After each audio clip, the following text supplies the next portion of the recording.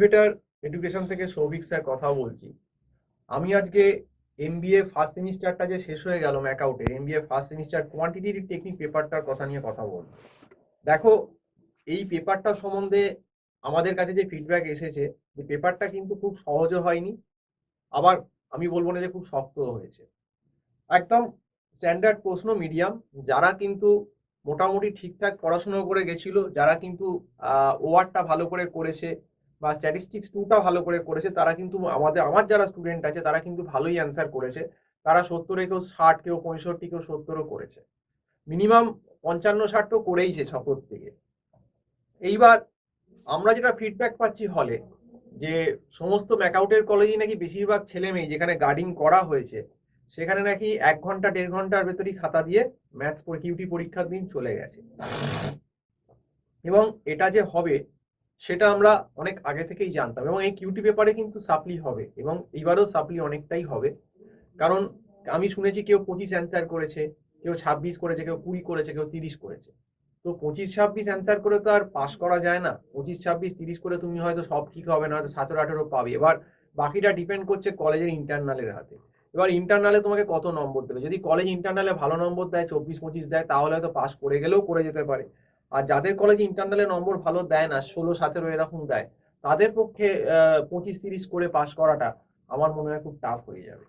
এবার এই যে কিউটির যে হিউজ সিলেবাসের কথাটা এবং কিউটির যে ডিফিকাল্টি লেভেল, সেটা আমি 2021-এর মার্চ থেকে বলেছিলাম এই ব্যাচের জন্য, যে কিউটি তোমরা আগে থেকে প্রিপেয়ার করো।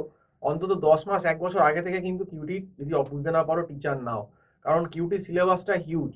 আর এইবারের কোশ্চেন পেপারে কোয়ান্টিটেটিভ টেকনিকের ম্যাকআউটের যেটা এমবিএতে হলো ফার্স্ট সেমিস্টারে, সেখানে কিন্তু কোনো সহজ যে জিনিসগুলো মিন, মিডিয়ান, মোড, ডিসপারশন, এইগুলো থেকে কোনো কোশ্চেন কিন্তু সেরকম দিল না।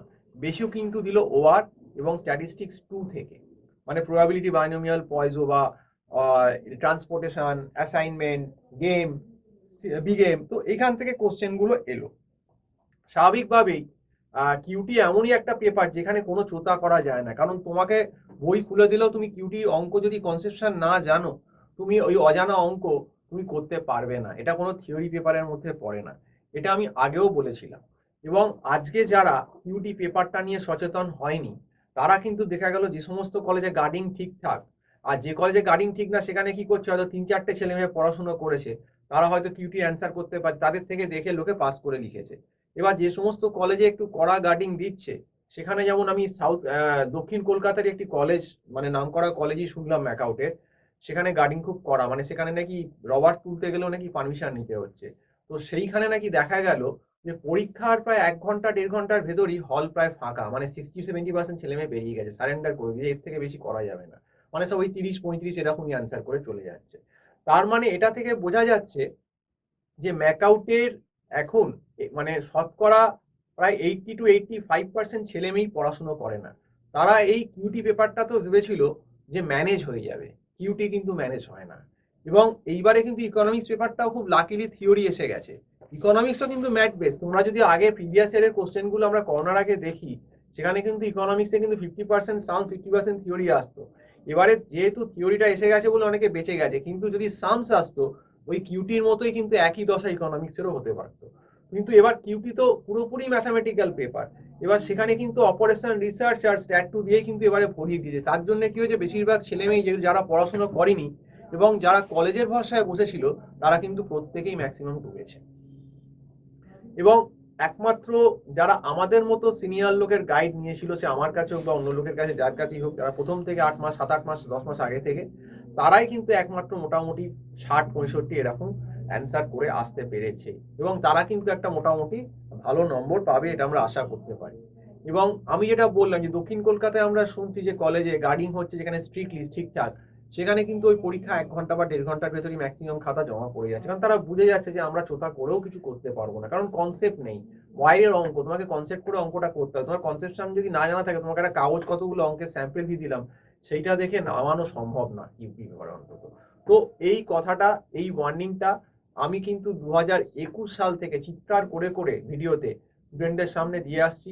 যারা গ্রাহ্য করেনি, তারা নিশ্চয়ই এখন তার ফলটা বুঝতে পারছে যে কিরকম ব্যাপার। অবশ্য আমি শুনছিলাম তাতেও অনেকে গ্রাহ্য নেই, পরীক্ষা খারাপ হয়েছে সেদিনকে দুঃখ হয়েছে, অনেকে বলছে ব্যাকলগ পাবো। তারপরের দিনই শুনলাম তারা নাকি দুদিন বাদেই সেই ঘুরতে চলে যাচ্ছে দীঘা পুরী, সেই অনেকটা প্রফেশনাল আসামির মতো, মানে ফেল করেও শিক্ষা হয় না, মানে কিছু কিছু ক্যাটাগরি এরকম স্টুডেন্টদের পড়ে যে দাগি আসামি, সে আসামি বলে না যে অনেকে সেই খুন করে করে সে হাত পেকে গেছে চুরি করে করে, এরা অনেকটা তাই, অনেকে এরা হয়তো আগে থেকেও ফেল করে এরকম এসেছে। তো এদের স্বভাবটাই তাই যে ফেল করুক যাই করুক না বেরোক তারা ওইভাবেই চলবে, তারা সেকেন্ড সেমেও পড়াশোনা করবে না। এইবার আরেকটা ক্যাটাগরি স্টুডেন্ট আছে যারা মনে করছে ধাক্কাটা খেয়ে না, যে আমরা এবার একটু শুধরে যাবো, যে আমাদের এবার একটু সেকেন্ড সেমে সিরিয়াস হওয়ার দরকার আছে। তো তাদেরকে কিন্তু প্রথম থেকেই বলছি, সেকেন্ড সেমিস্টারে কিন্তু অপারেশন ম্যানেজমেন্ট আর ম্যাক্রো ইকোনমিক্স পেপারটা কিন্তু খুব ডেঞ্জারাস পেপার, এবং ইকোনমিক্স কিন্তু ম্যাথামেটিক্যাল, এইরকম কিউটির মতো যদি ম্যাথামেটিক্যাল ইকোনমিক্স গ্রাফিক্যাল চলে আসে তোমাদের কিন্তু একই কিউটির মতো হাল হবে বলে দিচ্ছি আগে থেকেই।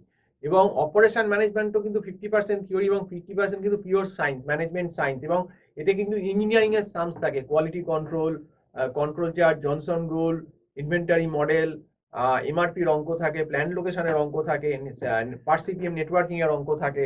তো এত কিছু কিন্তু সামস থাকে, এবং এই পেপারটা কিন্তু যদি না ধরে করো এগুলোই কিন্তু একটা সাপ্লি হওয়ার প্রবল সম্ভাবনা, যদি কোশ্চেন কিন্তু ম্যাথামেটিক্যাল লেভেলে হয়। এটা কিন্তু তোমাদের আগে আমি আবারও বলে দিচ্ছি।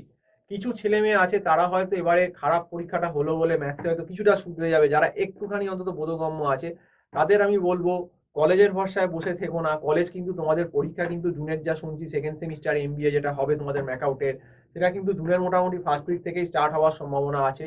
কাজে সময় বলতে গেলে মাত্র 3 মাস, এবং সিলেবাস কিন্তু হিউজ, এবং তার সঙ্গে অ্যাকাউন্টসের পেপারও তোমাদের আছে।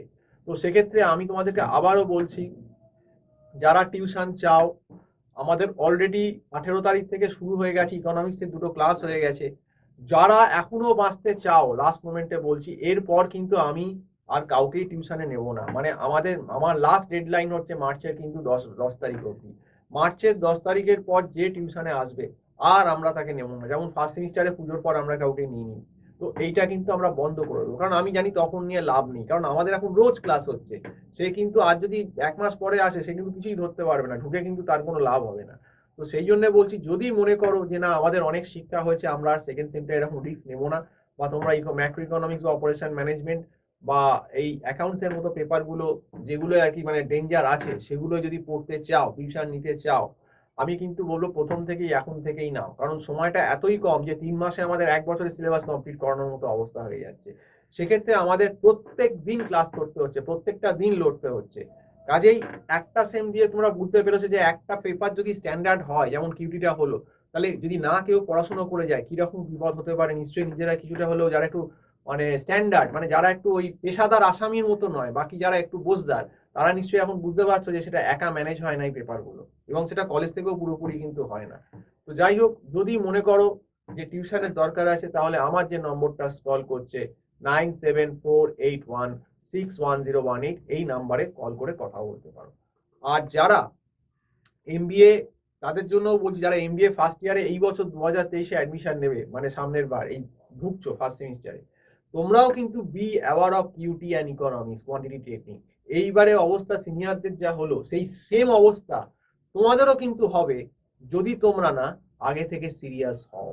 যাদের ম্যাথস ব্যাকগ্রাউন্ড নেই, স্ট্যাটিস্টিক্স জানো না, probability, binomial, Poisson, normal, operation রিসার্চের linear programming problem, LPP, quantitative test, তারপর তোমার duality, big M, simplex, assignment, এগুলো না, হাইপোথিসিস, তো এইগুলো যারা জানো না তারা কিন্তু বলছি ছেলে খেলা কিউটি নিয়ে করো না, তাহলে কিন্তু তোমাদের সিনিয়রদের যা অবস্থা হয়েছে সেই একই অবস্থা কিন্তু তোমাদের হবে।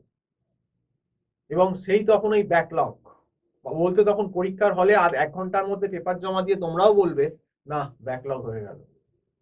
No way. আর এই কিউটিতে তুমি চোতা করে কিছু করতে পারবে না, কারণ চোতা করে কিউটিতে কিছু হয় না। এবারে কিউটিতে এমনই প্রশ্ন করেছে যার কনসেপ্ট নেই, সে চোতা করতে পারবে না, খুব স্বাভাবিক কথা। কিউটি তুমি তো টুকতে পারবে না, পিওর সামস আর বিভিন্ন রকম সামস, তো তুমি সেই রকম তোমার কনসেপ্ট না থাকে, তুমি কিউটিতে কি করবে ঢুকে? তোমাকে আমি বই দিয়ে দেবো, 4টে বই দিয়ে দেবো, সব খুলে দিয়ে দেবো, তুমি কিচ্ছু করতে পারো, একটা লাইনও তুমি লিখতে পারবে না মানে। তো সেটাই হচ্ছে ফ্যাক্টর। সেই জন্য এদেরকেও বলছি, যারা এমবিএ ফার্স্ট সেমিস্টারেও পড়ো, বি অ্যাওয়ার, মানে যারা সামনের বার ফার্স্ট সেমিস্টার দেবে, মানে 2023-এ অ্যাডমিশন নিচ্ছ মনে করছো, এখন সব থেকে ভালো টাইম, কলেজ খোলেনি এখন থেকেই। যদি তোমরা, আমার ব্যাচ অলরেডি এমবিএ ফার্স্ট সেমিস্টারেরও শুরু হয়ে গেছে, যদি কেউ মনে করো না এখন থেকেই ম্যাথস গুলো, ইকোনমিক্স গুলো এগিয়ে রাখার দরকার, তোমরা কিন্তু আমার সঙ্গে যে নাম্বারটা কল করছে সেখানে যোগাযোগ করতে পারো। সেই জন্যই বলছি, বি অ্যাওয়ার, নিজেকে বেশি চালাক ভাবতে যেও না। ব্যাপারটা কিন্তু এত সোজা নয়, সবাই কিন্তু এক্সেপশনাল স্টুডেন্ট নয়। হ্যাঁ, যাদের ব্যাকগ্রাউন্ড আছে, যারা স্ট্যাটিস্টিক্স পড়েছে, যে ইকোনমিক্স সেরকম হাই লেভেলে অনার্স ইকোনমিক্স অনার্স পড়েছে বা স্ট্যাটিস্টিক্স অনার্স পড়েছে, তাদের কথাটা আলাদা। কিন্তু বাকি যারা আর্টস থেকে আসছো বা জেনারেল বিকম থেকে আসছো, তারা বেশি নিজেদেরকে চালাক মনে করলে যেরকম সিনিয়রদের এবারে অবস্থা হলো বেশিরভাগ ছেলে মেয়ের, সে একই অবস্থা তোমাদেরও হবে। তোমরা পার পাবে না, এই কিউটি থেকে তুমি পার পেতে পারবে না, কিউটির যা সিলেবাস বলেই দিলাম। আর যারা এবারে first same MBA first semester দিল, এই হলো পরীক্ষাটা, যারা সেকেন্ড সেমেও ভাবছে যে গড়িমসি করছে, ফার্স্ট সেমে একটা ব্যাকলগ, সেকেন্ড সেমে আরো একটা দুটো ব্যাকলগ, এরকম ব্যাকলগ তোমাদের চলতেই থাকবে। জানি না তোমরা কবে ক্লিয়ার করে বেরোতে পারবে। তো যাই হোক, ভিডিওটা দেখার জন্য অসংখ্য ধন্যবাদ। সবাইকে থ্যাঙ্কস জানিয়ে আজকে ভিডিওটা শেষ করছি। নমস্কার।